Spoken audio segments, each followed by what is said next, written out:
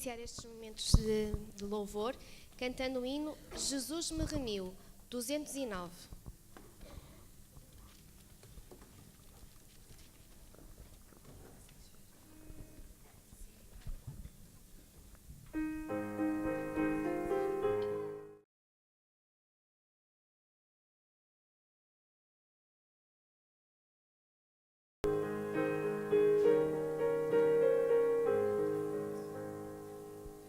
Jesus me remiu por seu sangue, eu hei de pra sempre cantar. Remiu-me sem que eu merecesse, ó graça suprema sem par. Remiu, na cruz me remiu meu Jesus.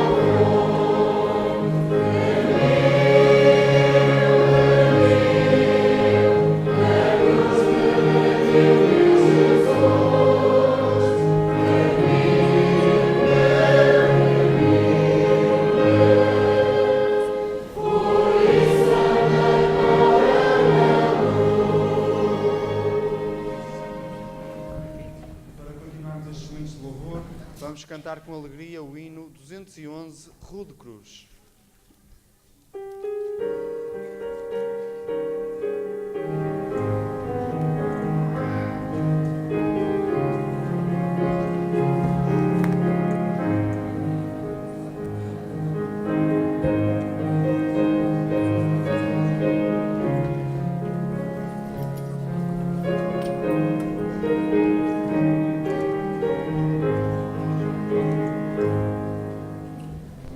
Remiu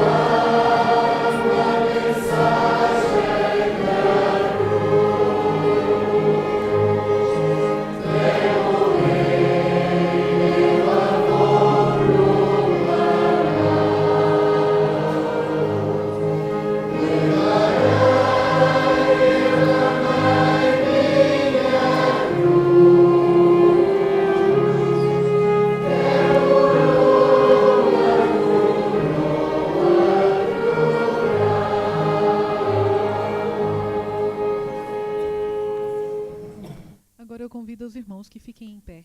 Eu te amo, ó Deus, 579, é o hino que vamos louvar.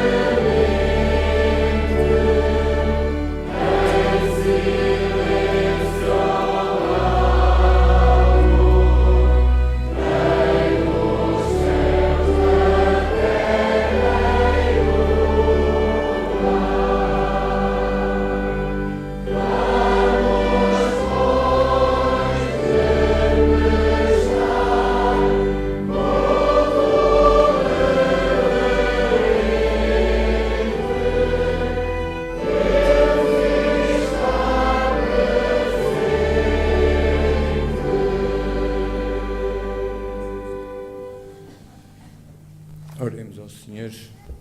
Santo Deus e Pai, que habitas nos mais altos céus, queremos te pedir, Senhor, que nos inspires neste momento e que o teu poder possa ser derramado sobre nós nesta hora.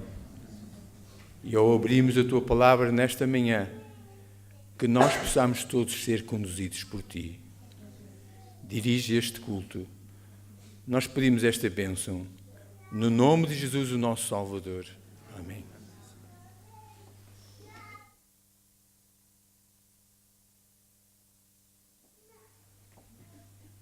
Vamos continuar a louvar a Deus com o hino número 13. Louvamos-te, ó Deus. Oh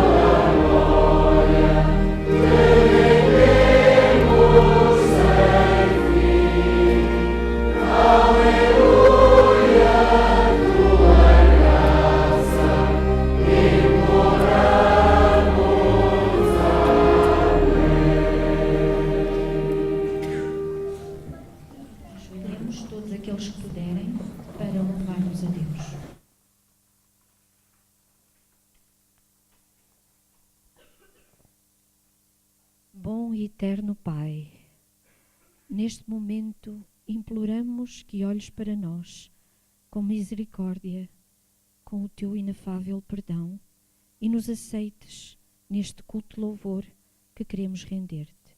Possas estar, Senhor, com o servo que escolheste, para que, imbuído do teu Espírito, possa falar as palavras que tu desejas. Possas, Senhor, estar com cada coração aqui presente também, que possas abrir a nossa mente e o nosso entendimento e o nosso coração para aceitar a tua palavra, para meditar nela, para de coração sincero querer fazer reformas na nossa vida, querermos agradar-te, querermos ser filhos teus. Te suplicamos, Senhor, que possas estar com todos aqueles que nos assistem também pela internet, que possam também eles ser tocados pela tua palavra, que o teu Santo Espírito esteja em cada um de nós. Te suplicamos pelos méritos infinitos de Jesus. Amém.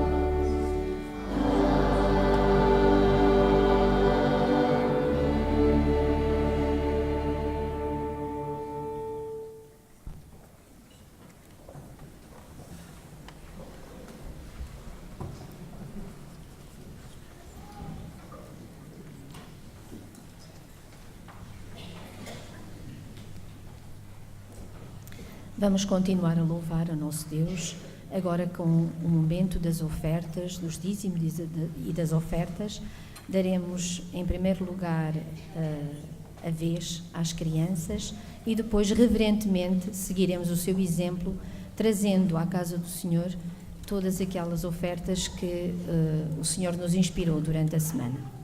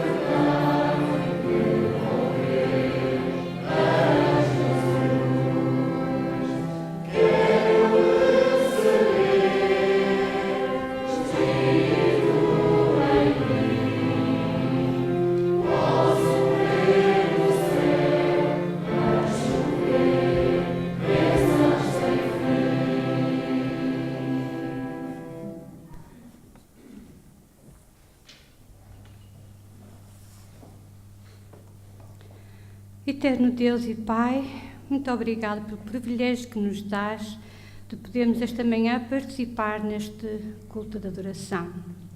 Te louvamos, Deus, porque podemos também participar com as nossas ofertas e dízimos.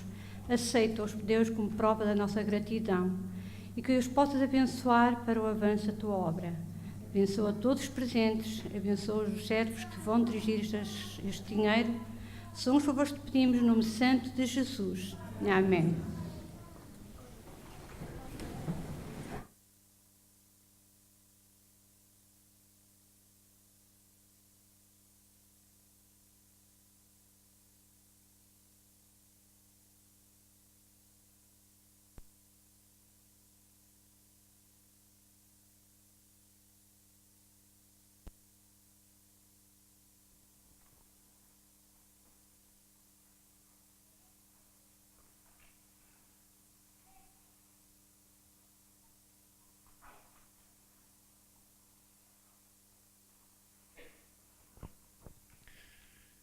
Muitos me conhecem, mas poucos sabem como eu amo a Igreja de Canelas. A Igreja de Canelas é muito especial para mim. Primeiro, casei aqui nesta igreja. Os meus pais batizaram-se há 60 anos aqui nesta igreja, em 1956. E eu gostava esta manhã, antes de tocar, ter um pensamento para a minha mãe. Minha mãe foi a pessoa que me transmitiu o amor da música. Ela não sabia ler, não sabia escrever, mas ela cantava para mim os hinos do Inário à sexta-feira, depois do pôr do sol até ir dormir. Houve sempre música em minha casa. Também gostava de ter um pensamento aí para o meu cunhado Luís Coelho, que alguns conheceram aqui, também se batizou aqui nesta igreja. E foi ele que me deu a oportunidade de tocar pela primeira vez na igreja, quando eu tinha 9 anos. Mas hoje de manhã vou tocar 3 hinos, um medley de 3 hinos, que eram os preferidos da minha mãe e do Luís Coelho. Mas vou tocar essas músicas em honra e glória do nosso Deus, do nosso Pai.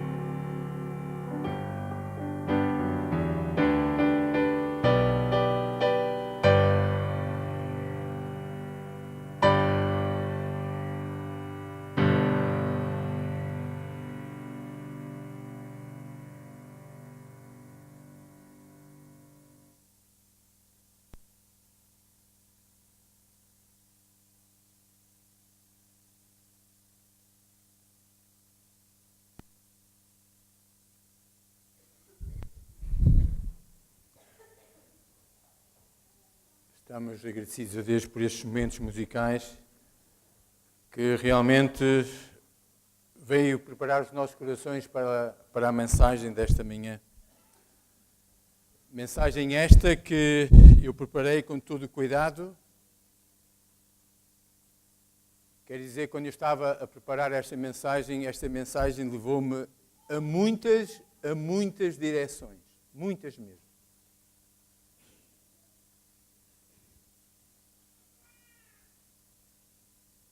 Como já viram no vosso boletim, o título da mensagem esta manhã é: qual é o tamanho da tua fé?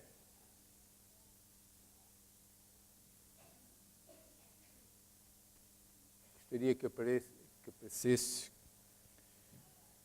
Eu vou-me aproximar ali do ecrã, porque o reflexo da luz não me deixa ver muito bem, nitidamente. E quero-vos dizer que a mensagem que vos trago esta manhã é uma mensagem que vem ao encontro da tua necessidade e da minha necessidade. E esta mensagem vai-te dizer o porquê que tu te encontrares nos bancos desta igreja. E esta mensagem vai-te alertar para alguma coisa que tu, neste momento, estejas a pensar e pensas para ti e dizes: porquê é que Deus ainda não me respondeu a este meu pedido? E esta mensagem, se tu estiveres atento a ela, tu vais receber a resposta, o porquê Deus não te responder ao teu pedido.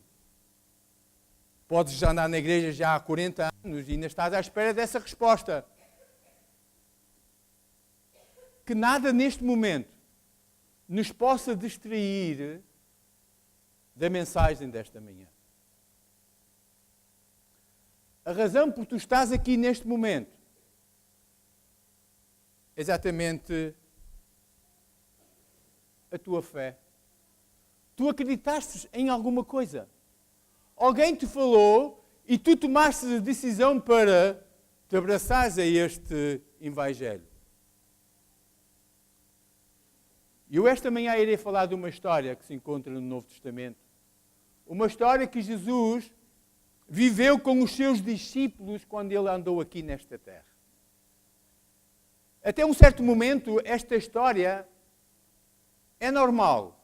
É normal como os outros acontecimentos que Jesus passou quando andou aqui nesta terra. Mas há um momento desta história que altera tudo. Tudo é alterado. E por esta alteração que aconteceu neste acontecimento que Jesus viveu com os seus discípulos, os discípulos ficaram muito preocupados. Ficaram confusos. Não sabiam porque é que Jesus reagiu assim. Eles não souberam. Porque normalmente Jesus, quando as pessoas vinham ter com ele, Jesus perguntava: o que é que tu queres que eu te faça? Era sempre. Quando as pessoas se aproximavam de Jesus, era exatamente isso que Jesus perguntava às pessoas. E houve uma altura em que Jesus estava a descer do monte da Transfiguração e viu ali uma grande multidão à espera dele.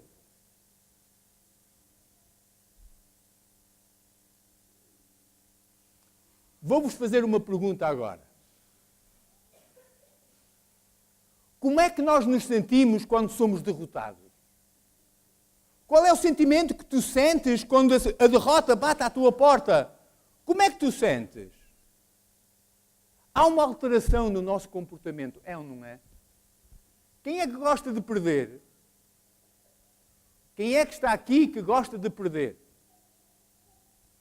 Eu não gosto de perder. Ninguém gosta de perder. Eu ouvi muitas vezes esta frase: ninguém gosta de perder, até jogando a feijões, não é assim que se diz em português. Ninguém gosta de perder. Ninguém gosta de sentir o sentimento da derrota. Ninguém. Ninguém. Sabem, quando nós estamos com este sentimento da derrota, seja no que for, eu não estou a referir à derrota desportiva. Não é esta derrota que eu quero salientar esta manhã, pesados irmãos. A derrota desportiva pomos à parte. A derrota espiritual, quando ela bate à nossa porta, como é que nós nos sentimos? Andamos cabisbaixo, não andamos? E depois vêm as palavras de conforto. Alguém vem por trás e nos bate no nosso ombro e diz: tenha bom ânimo. Tu perdeste uma batalha, mas não perdeste a guerra. Continua à frente, o dia amanhã será melhor. E nós levantamo-nos. Parece que nós renascemos e continuamos nesta caminhada. É ou não é? Roberto Chiniachiki tem esta afirmação.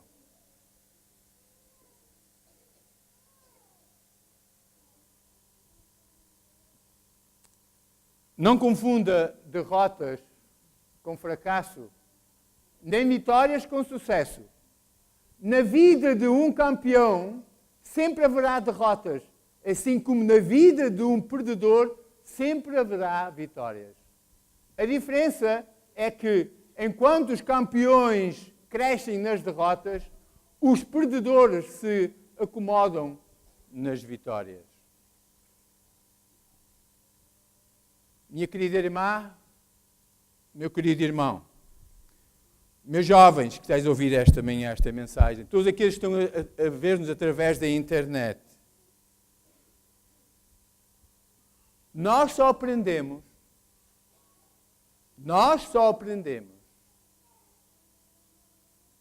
com as derrotas. Quando nós demoramos nas vitórias, estamos a ser derrotados. É tão simples como isto. Quando Jesus ouve isto deste homem, aquele homem que trouxe o seu filho para que os discípulos o curassem, esse homem deixa aquele lugar dos discípulos e aproxima-se de Jesus. E quando ele chega a Jesus, este homem estava indignado. Ele estava frustrado. E ele tinha ido ter com Jesus para que Jesus... Ele tinha ido primeiro ter com os discípulos para que os discípulos curassem o seu filho e eles não conseguiram. Eles não conseguiram.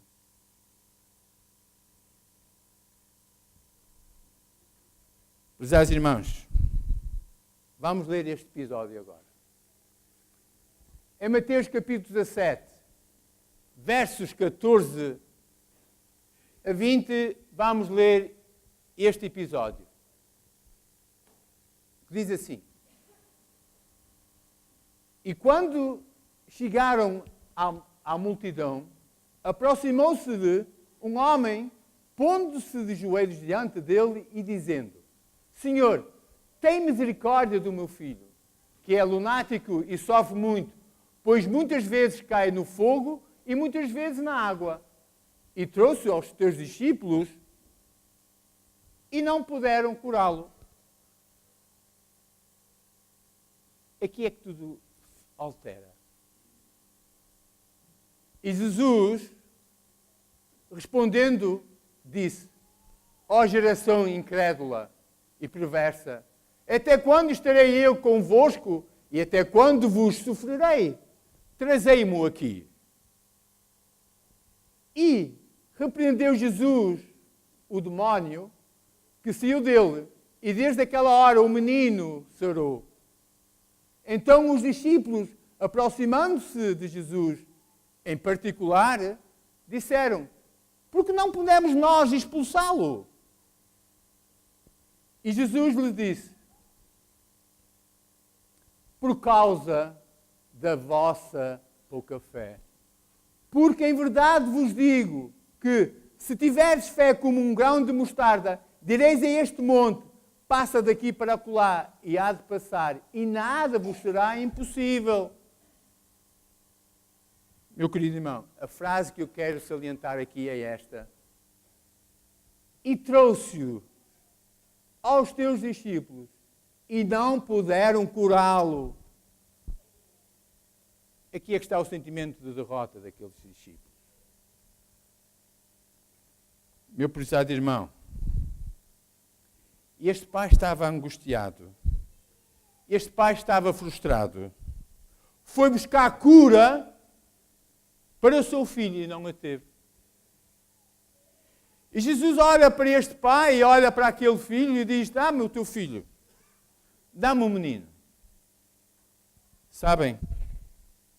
Jesus não ficou contente ao saber que os discípulos não conseguiram curar aquele menino. Jesus ficou indignado. E é isto que nós lemos no verso 17. Jesus respondendo disse: ó geração incrédula e perversa, até quando estarei eu convosco e até quando vos sofrerei? Trazei-mo aqui. Meu querido irmão, minha querida irmã, quando os discípulos aperceberam disto, que Jesus operou aquele milagre naquele menino de uma forma tão rápida e tão simples, isso despertou a atenção dos discípulos. E depois, em particular, os discípulos procuram Jesus. Procuram Jesus. O sentimento deles não foi o mesmo. E eles quiseram saber porque é que Jesus operou aquele milagre daquela maneira. E eles disseram a Jesus exatamente isto. Nós fizemos tudo. Nós tentamos, mas não conseguimos. Nós não conseguimos. E eles fazem esta pergunta a Jesus. Mestre, por que é que tu realizaste este milagre tão rápido? Por quê?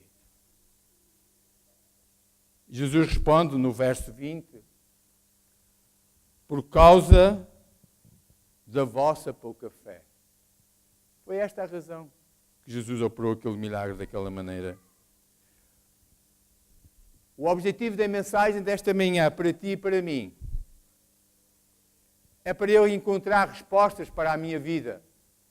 Respostas, perguntas essas que foi feitas alguns anos atrás, alguns pedidos que nós fizemos e eles não foram respondidos. E que nós andamos à procura deles ainda neste momento. Não sei. O meu alerta para vós esta manhã, que nada, mas mesmo nada, vos possa distrair. Meus queridos jovens lá em cima, que nada neste momento vos possa distrair da mensagem desta manhã.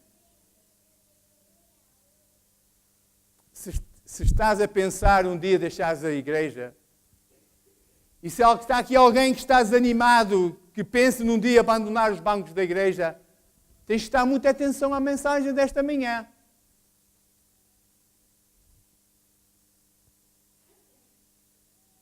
Prezados irmãos, o que é que está por trás da tua motivação de vir à igreja neste momento? O que é que está por trás de tu vir à igreja de Canelas neste momento? O que é que está por trás disso? Qual é a tua motivação de vir à igreja? Qual é? Qual é?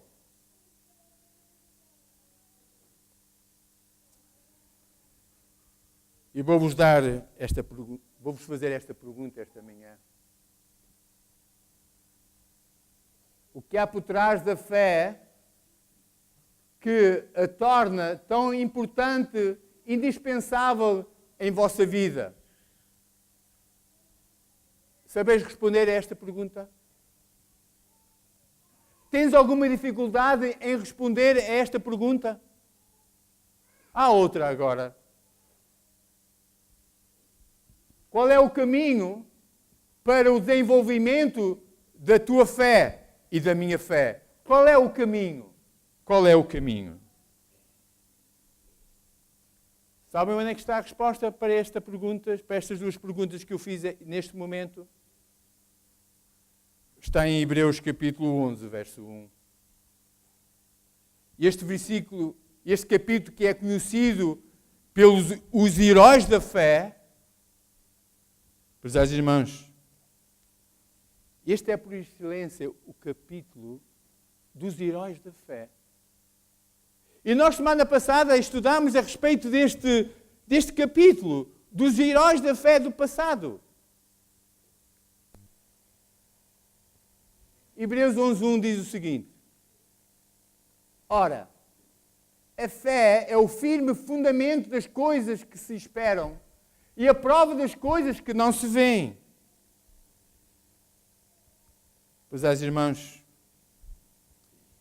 este pai estava indignado. Os discípulos perderam a sua fé. Os discípulos pensavam por seguir Jesus que eram os mais importantes.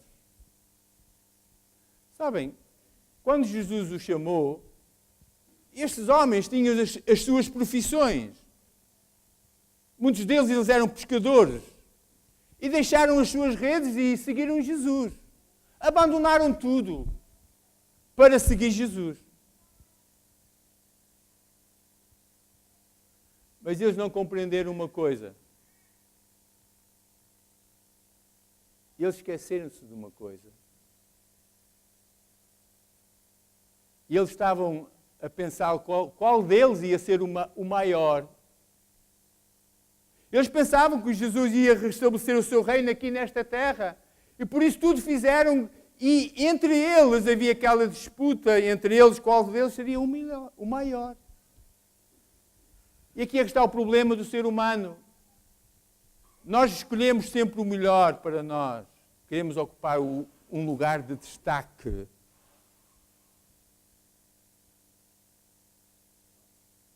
Outras versões dizem o seguinte: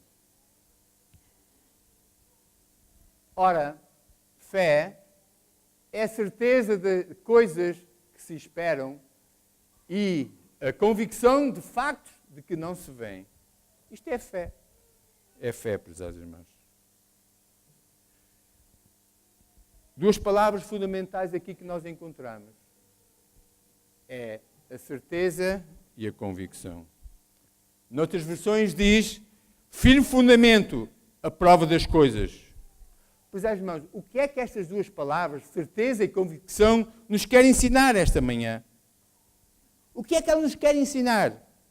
A certeza e a convicção para o nosso desenvolvimento da nossa fé. O que é que elas podem fazer em teu favor e em meu favor? O slide que nós vamos ler a seguir vai nos dar a resposta. A definição é esta: o firme fundamento e a prova das coisas que não se veem, que é a certeza e a convicção. E sabem, a definição de certeza é esta. A certeza quer dizer realidade de algo, natureza real ou natureza essencial de alguma coisa. Sabem, João, o apóstolo João, descreve o céu na Bíblia. Descreve o céu. E Paulo também descreve o céu de uma forma também igual a de João. Paulo diz que foi arrebatado até ao terceiro céu. E João mostra-nos o céu como ele é. E a palavra de Deus diz que o céu é lindo. A palavra de Deus diz que no céu lá está o trono de Deus. João diz que no céu está o santuário de Deus. João diz que no céu há ruas de ouro. No céu há árvores. E há uma árvore da ciência do bem e do mal, a árvore da vida, que vai dar o seu fruto de mês em mês. E Paulo diz que no céu há os anjos. E nós podíamos continuar com esta lista. Prezados irmãos, No céu nós vamos ter as nossas moradas. E agora pergunto. Alguém já viu o céu? Alguém já viu o céu? Alguém já viu as ruas de ouro no céu? Sabem? Nós começamos a imaginar o céu. E num momento da nossa vida, nós dizemos o seguinte: eu acredito, mas não vi o céu. Sabem? Este é o primeiro passo da fé. Este é o primeiro passo da fé, que tu e eu já o encontramos. É por isso que Paulo usa a palavra certeza. Firme fundamento. É algo que nós não vimos, mas que acreditamos que é real, que é verdadeiro. Este é o primeiro passo da fé. Nós ainda não vimos Deus, pois não? Mas quando nós lemos na Bíblia o poder de Deus, a grandeza de Deus, tudo o que Deus é, e Deus é omnipresente, Deus é omnisciente, Deus é onipotente. E nós lemos na Bíblia que Deus criou o mundo. Nós lemos na Bíblia que Deus sustém o mundo. Nós lemos tudo isto na palavra de Deus. Eu não vi nada disto. Mas eu acredito. E nós acreditamos. Sabem o que é que isto significa quando eu leio a palavra de Deus? Nós estamos neste momento a viver o mundo da fé. Este é o mundo da fé. Quando eu pego na palavra de Deus e sou iluminado por ela, estou a viver o mundo da fé. Meu querido irmão, minha querida irmã, meu jovem, há outro mundo. E nós estamos neste grande conflito, neste século, entre aquilo que é real, o mundo da fé, e nós estamos a viver o mundo da razão. O mundo da razão. E é esta luta que nós estamos a atravessar neste momento. Neste momento. O mundo da razão diz o seguinte: eu não vi, por isso eu não acredito. E eu, para acreditar, tenho que ver. É ou não é? É assim como os que lá fora vivem. Foi exatamente aquilo que Tomé experimentou quando andou aqui nesta terra e acompanhou Jesus. Ele, para acreditar que Jesus estava vivo, ele dizia: eu tenho que ver as suas mãos. Meu querido irmão, minha querida irmã, esta é a guerra entre a razão e a fé. E neste momento, nós vamos ouvir algo que nos vai ajudar. E vou repetir esta frase, temos que estar muito atentos. Muito atentos mesmo. Paulo diz que a fé é ter a certeza das coisas que não se veem. É acreditar que tudo é verdadeiro. E há uma coisa que eu vou-vos dizer esta manhã. Tens de estar atento. Tu nunca podes ser cristão se não tiveres fé. Se tu não tens fé, não és cristão. Estás aqui porque vieste acompanhado, que és obrigado a vir, e não tens fé, é em vão a tua presença aqui. Meu querido irmão, minha querida irmã, se eu não vivo, e se tu não vives com a certeza das coisas que não vês, e se tu não acreditas nelas, tu nunca vais ser um cristão verdadeiro. O primeiro passo da fé é acreditar o que a palavra de Deus diz O primeiro passo da fé é acreditar aquilo que a palavra de Deus diz. Reparem o que J. Oswald Sanders diz. Ele diz o seguinte: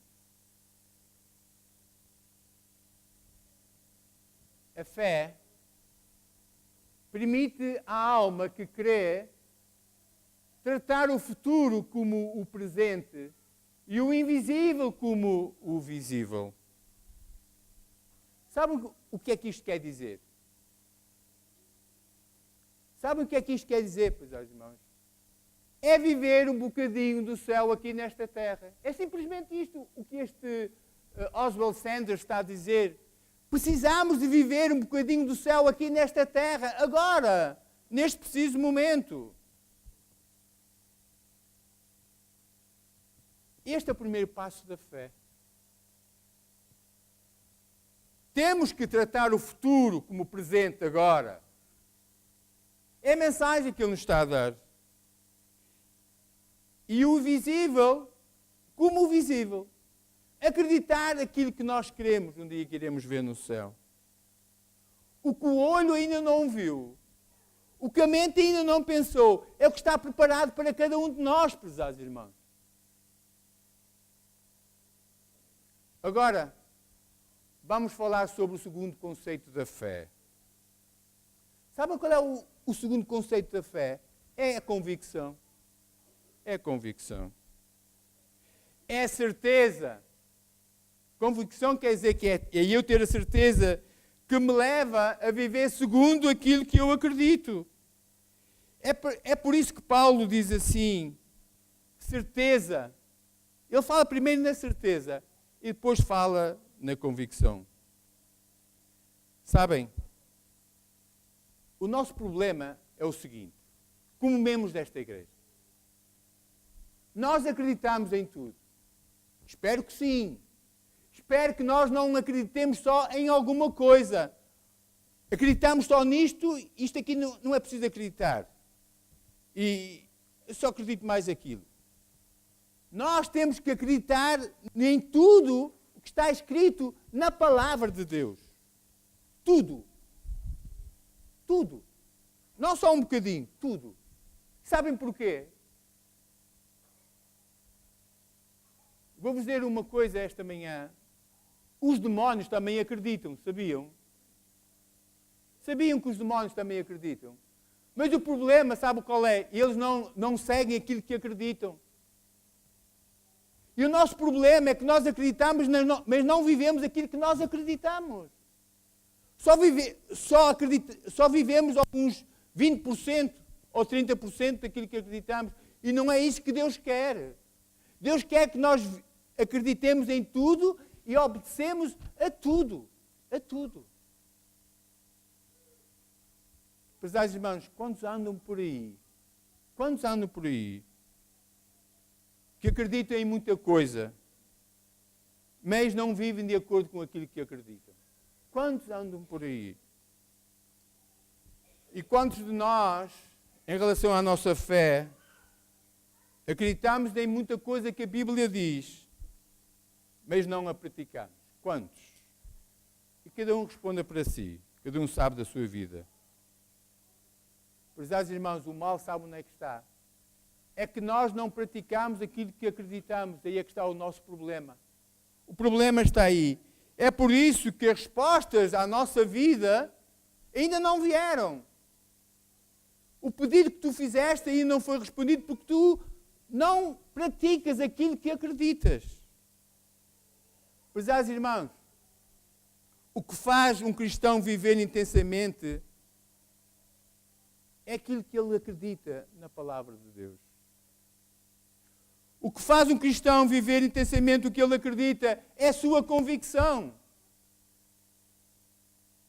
Prezados irmãos, reparem neste pensamento que diz assim. Quando eu tenho a convicção, esta me leva a uma obediência confiante à palavra de Deus, apesar das circunstâncias e consequências. Ou seja, A convicção me faz viver acima de qualquer coisa. A vida de um cristão não é vivida segundo as circunstâncias. E aqui é que está o nosso problema. E eu hoje vivo porque me convém. E aqui é que está o nosso problema. Eu vivo porque me convém. Amanhã já não vivo porque não me favorece. E nós andamos a viver assim uma religião, prezados irmãos. Eu neste momento queria vos dizer uma coisa.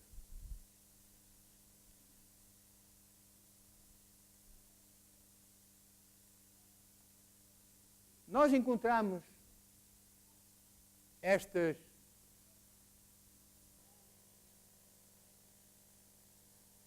isto aqui não está a mudar. Nós neste momento iremos ver qual é as colunas da tua vida e da minha vida. Aqui está a dinâmica da fé. Primeiro, Deus me fala.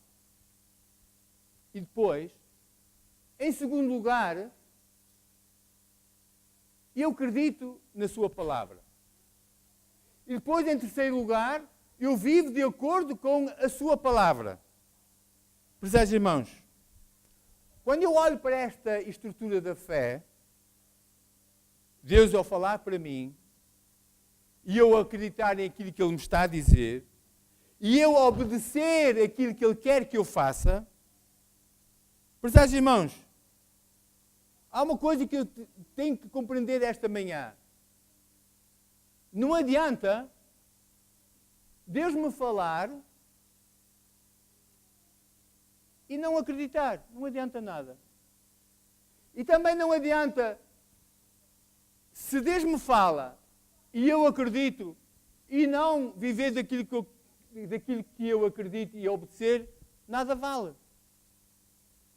A fé só funciona se eu ouvir a palavra de Deus e acreditar naquilo que Ele diz e viver segundo aquilo que Ele me diz. Só assim que os resultados podem vir ao meu encontro. Só assim os pedidos que eu faço serão respondidos. Agora eu pergunto, por que é que os discípulos falharam? Simplesmente porque eles não tinham esta estrutura.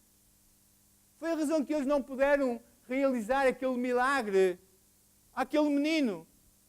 Porque eles não tinham esta estrutura. Ela ainda não estava construída.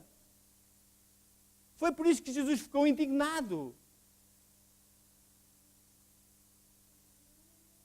Prezados irmãos, agora vamos ver a matemática da fé. Certeza mais convicção igual a quê? A sucesso. Se eu inverter isto,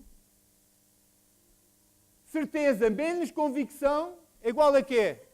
A fracasso. Tão simples como isto. E agora pergunto, não dá para ter sucesso só no acreditar. E muitos fracassos acontecem na nossa vida cristã porque só acreditamos. Aí é que está o problema. A palavra de Deus, como já disse, os demónios também acreditam. Prezados irmãos, a vitória espiritual para a tua vida e para a minha vida está intimamente ligada à dinâmica da fé. Deus me fala e eu acredito.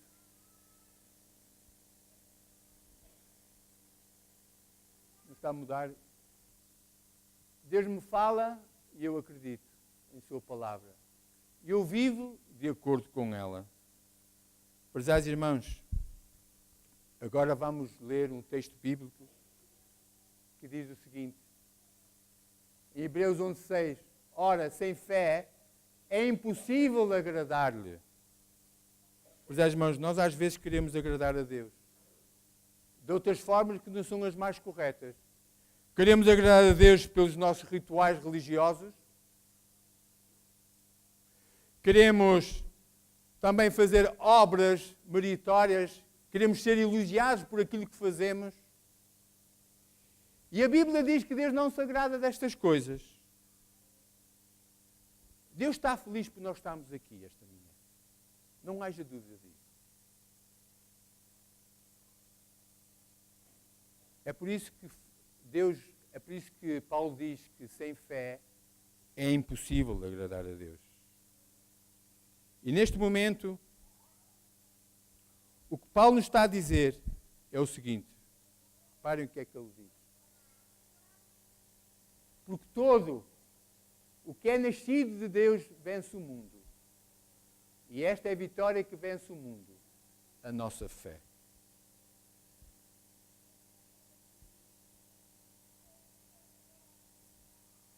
Porque é que nós às vezes andamos um bocado perdidos dentro da igreja? Porquê? Porque, sabem, por causa deste texto bíblico. De sorte que a fé é pelo ouvir e ouvir pela palavra de Deus. Outras versões dizem o seguinte, reparem o que é que diz as outras versões, a versão da linguagem de hoje diz o seguinte assim, reparem. Portanto, a fé vem pelo ouvir a mensagem e a mensagem vem por meio da pregação a respeito de Cristo. E a nova versão International diz assim, consequentemente, a fé vem pelo ouvir a mensagem e a mensagem é ouvida mediante a palavra de Cristo. Meu prezado irmão, nós estamos a viver nos últimos dias da história desta terra. E para a minha fé desenvolver, preciso de viver uma religião puramente relacional. Sabem, nós temos muitos livros em nossas casas. Temos muitos livros de bons pensadores, livros que nos dão algumas ideias, livros de grandes teólogos, livros de histórias.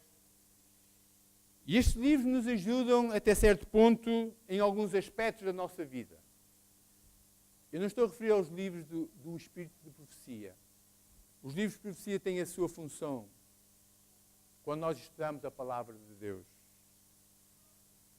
Prezados irmãos, se nós andamos à procura de uma melhor vida espiritual, se nós queremos receber as bênçãos que temos maior necessidade, e se queremos receber o conceito da fé, se nós queremos receber essas coisas, a Bíblia é o único livro que nos pode dar tudo isto. E se queremos ter um melhor relacionamento com Deus, é ler a palavra de Deus. Será que... E agora vou-vos dizer uma coisa. E quero que não me interpretem mal as minhas palavras. Será que o maná de sábado de manhã é o suficiente? Repito, será que o maná de sábado de manhã é o suficiente para eu passar os 6 dias da semana sem ler a palavra de Deus? Será? Será que eu só trago a Bíblia para o sábado de manhã e depois quando chego a casa fecho e ponho-a lá no sítio de costume e não tenho contato com ela ao longo da semana? Será que é o suficiente o maná de sábado de manhã para eu enfrentar os problemas da semana? Para eu enfrentar as dificuldades da semana? Será que o maná de sábado é o suficiente? Acham que é o suficiente? Claro que não. Claro que não, prezados irmãos. Nós precisamos do alimento espiritual todos os dias. Prezados irmãos, o que é que sustenta uma casa? O que é que sustenta uma casa? É os seus alicerces. O que é que sustenta a nossa vida espiritual? É ler a palavra de Deus todos os dias. Todos os dias. Prezados irmãos, cada um deveria fazer esta pergunta a si próprio esta manhã. E a pergunta que eu vos quero fazer esta manhã é esta: qual é o tamanho da tua fé? E alguma vez fizeste esta pergunta a ti próprio? Qual é o tamanho da tua fé? Qual é o tamanho da minha fé? Quando lemos aquela descrição de Jesus aos seus discípulos, vocês não conseguiram curar aquele menino por causa da vossa pequenez, da vossa fé. Prezados irmãos, para eu ver qual é o tamanho da minha fé, há uma coisa que eu tenho que fazer esta manhã. E há uma coisa que eu tenho que fazer na minha vida. Mas antes de eu vos dizer qual é o exame que tu tens que fazer, reparem neste pensamento. A fé se desenvolve através de uma religião relacional. Para você saber qual é o tamanho da sua fé, basta você ver o quanto do caráter de Cristo está sendo reproduzido na sua vida. Prezados irmãos, vou-vos fazer um exame agora. E cada um vai fazer esse exame para vós.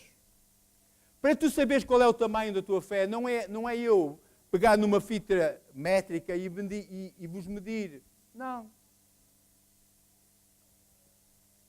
Para eu ver a medida da minha fé, é simplesmente assim.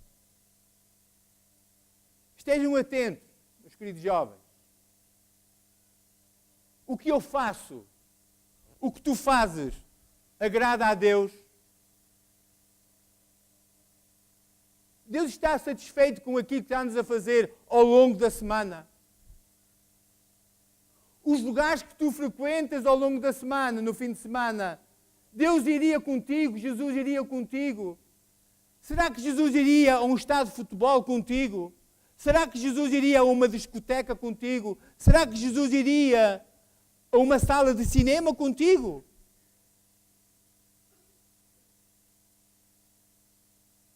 A roupa que tu vestes é uma roupa que Deus se agrada de te ver vestido? O alimento que nós comemos, estamos nós a purificar o templo do Espírito Santo? E no meu local de trabalho, que imagem estou eu a dar? Que imagem estou eu a dar? Vêem as pessoas Jesus em mim?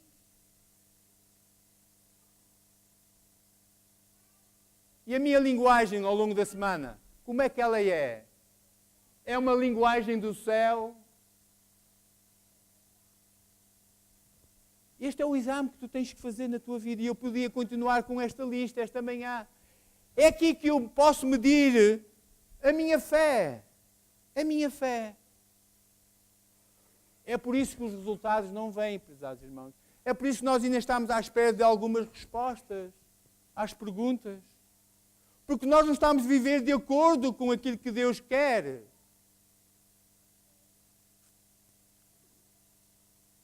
Prezados irmãos, reparem neste texto bíblico. Em 2 Coríntios, capítulo 3, verso 18, diz assim: mas todos nós, com o rosto descoberto, refletindo como um espelho a glória do Senhor, somos transformados de glória em glória, na mesma imagem, como pelo Espírito do Senhor. Estamos nós a compreender este texto bíblico? E eu nunca vou ser transformado se eu não abrir a palavra de Deus e receber dela a luz que vem do céu. É aqui que eu vou ser iluminado. É aqui que Deus vai me mostrar o caminho a seguir. E se eu não tenho esta comunhão diária com Ele ao longo da semana, eu não vou ser vencedor. Eu vou viver a derrota na minha vida. Prezados irmãos, ninguém se transforma os seus hábitos se não tiver esta comunhão diária com Deus. Refletindo a imagem de Deus, a sua glória para a sua vida. É aqui que nós recebemos todas as indicações para sermos instrumentos nas mãos de Deus. Prezados irmãos, aonde é que nós vamos buscar a glória de Deus? Aonde? É na palavra de Deus. Para que haja mudanças na minha vida e para que essas mudanças sejam genuínas e profundas, eu tenho que ler a palavra de Deus. Fora disto, o que acontece, sabe o que é? É superficial. É tudo menos aquilo que Deus quer.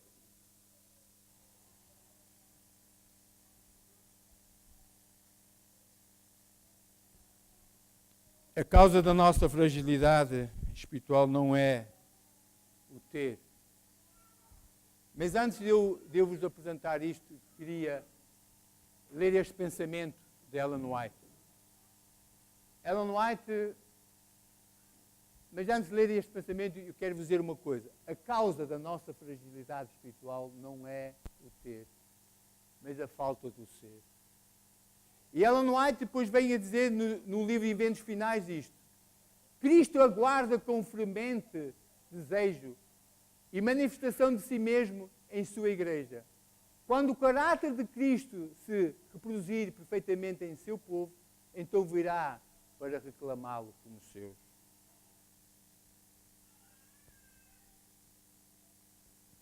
Conhecem esta torre? Alguém já viu de perto esta torre? Alguém já entrou dentro desta torre?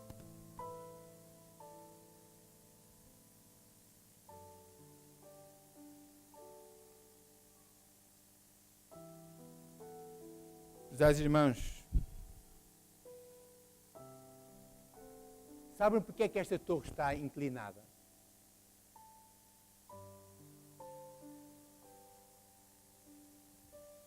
Esta torre foi construída no século XII. E esta torre teve o seu início de construção no ano 1173. Esta torre levou 200 anos a ser construída. O final desta torre foi no ano 1350.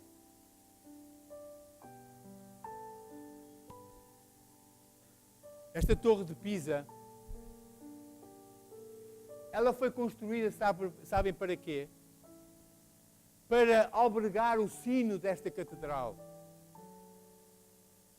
E quando eles estavam a construir esta torre, quando eles chegaram ao terceiro piso, eles repararam que a torre estava inclinada para a direita.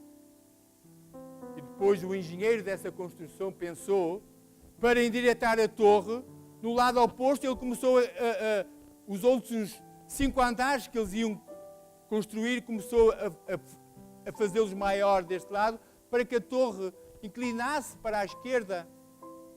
Mas não resultou. O que aconteceu? A torre afundou-se mais. Afundou-se mais.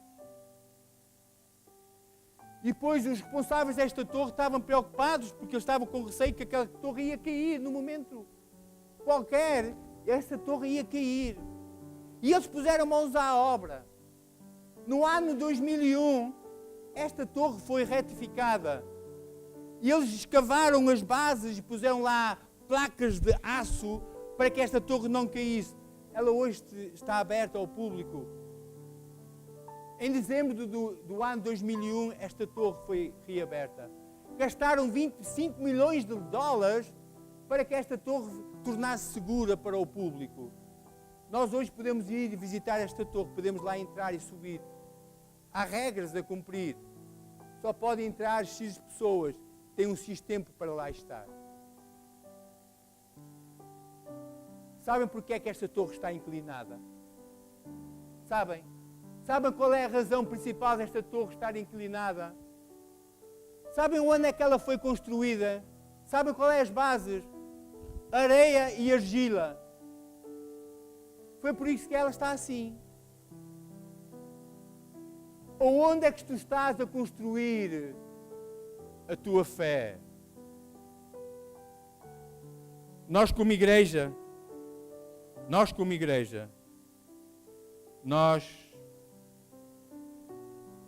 o que nos espera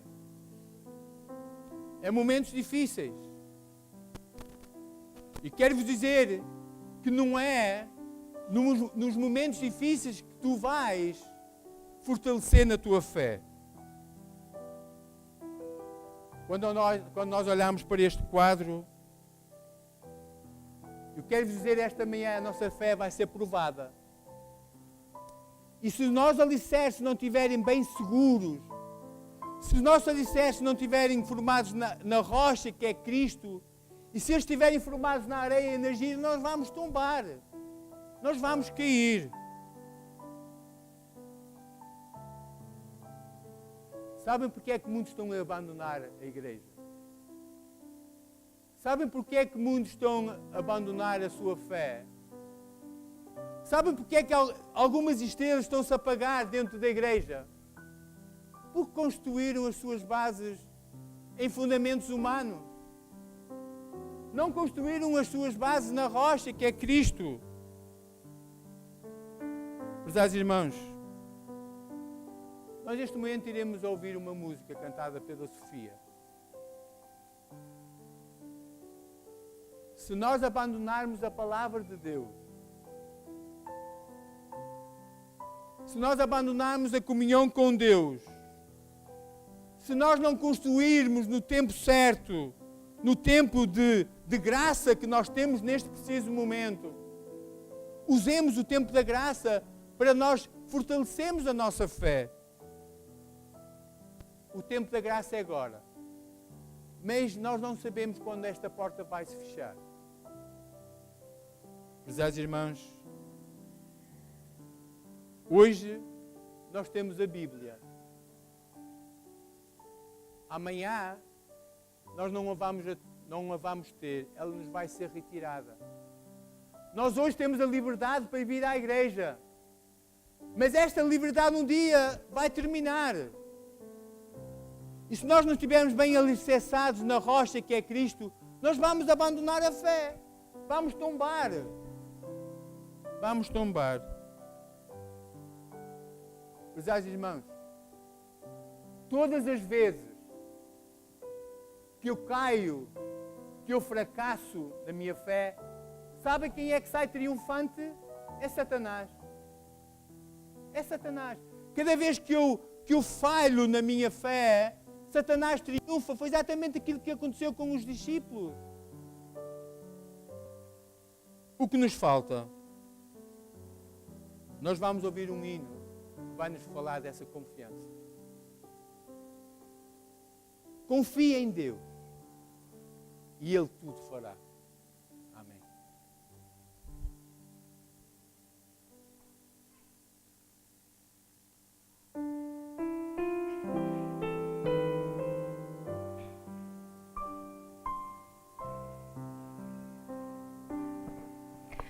A vida tem tristezas mil, nem tudo é um céu de anil, mas contra a dor que é tão sutil, há um caminho só. Confia em Deus, que Ele sempre te ouvirá.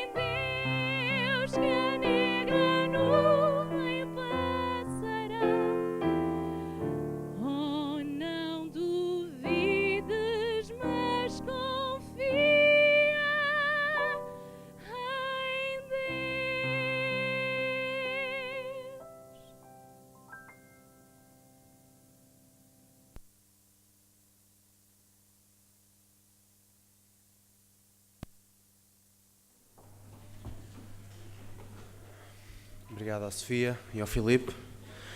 Vamos agora também concluir a cerimónia desta manhã com o hino Minha Fé Bem Segura Está, 262.